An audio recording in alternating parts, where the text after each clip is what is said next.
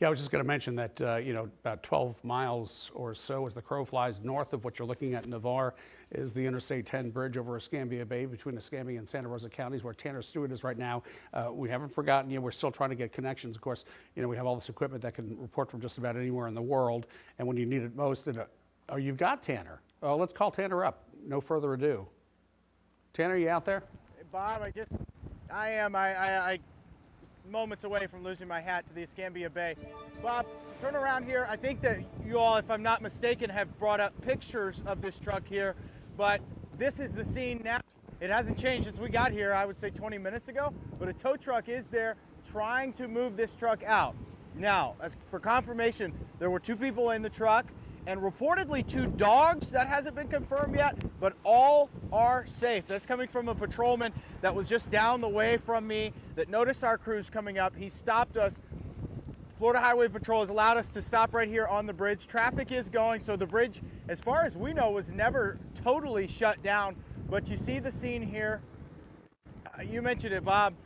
We're fortunate that this is all we have, that there are no serious injuries, nothing like that to report. We did hear about some homes being damaged on the Santa Rosa side of the bridge, so we'll see what we can get there. But you see this here, Bob, it looks a lot worse, I think, than it actually is, and I say that meaning there were no injuries. You can replace a truck, you can't replace a life. So when we saw the scene down here, we didn't know what to expect. We initially had pulled off of just short of the bridge into the service station right here to try to get a view of the bridge, and we noticed traffic was still flowing, so we went ahead and pulled up here anyway. And as we can see, there's not much more to report besides the truck.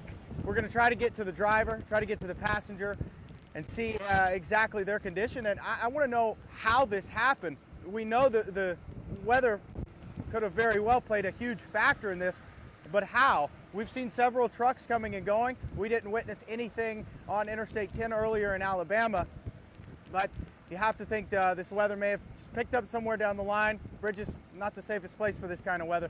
So go ahead and take a look here, if you will. I just want to hold the camera on it and show you the labor that goes into such a wreck like this. I don't know exactly how they're going to move this truck off. I do know that the driver and the passenger were in the truck for some while after it flipped. Again, don't know how it flipped, but it is, I would say 25% of that trailer from the tractor trailer is off of the Escambia Bay Bridge. But traffic's still flowing smooth. If you have anywhere to go at this hour, I wouldn't expect you would, but if you do, traffic is flowing smooth. We're on the eastbound lane. Bob, Alan, it seems that everything is cleared up. I've had my ear to the forecast all night, but haven't got to watch a whole lot. What are we seeing now in this particular area? Well, the storm is moving away from you, Tanner, so that's what's good. Yeah, we hold that shot, Tanner. Let him know. Is he with Daniel? I'm not sure. Yeah, hang out with that shot too. We'll hold that for a little bit. You can see it looks like the rain, the worst of it's really moved away from you, Tanner, and will continue to move away from you. I see Tanner in his vest too.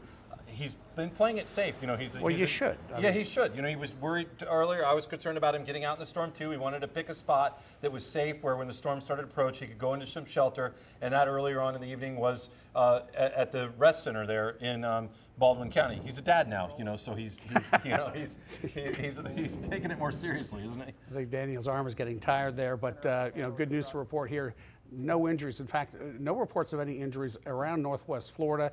I've been scouring, looking for damage reports and whatnot besides hail and like the roof we mentioned.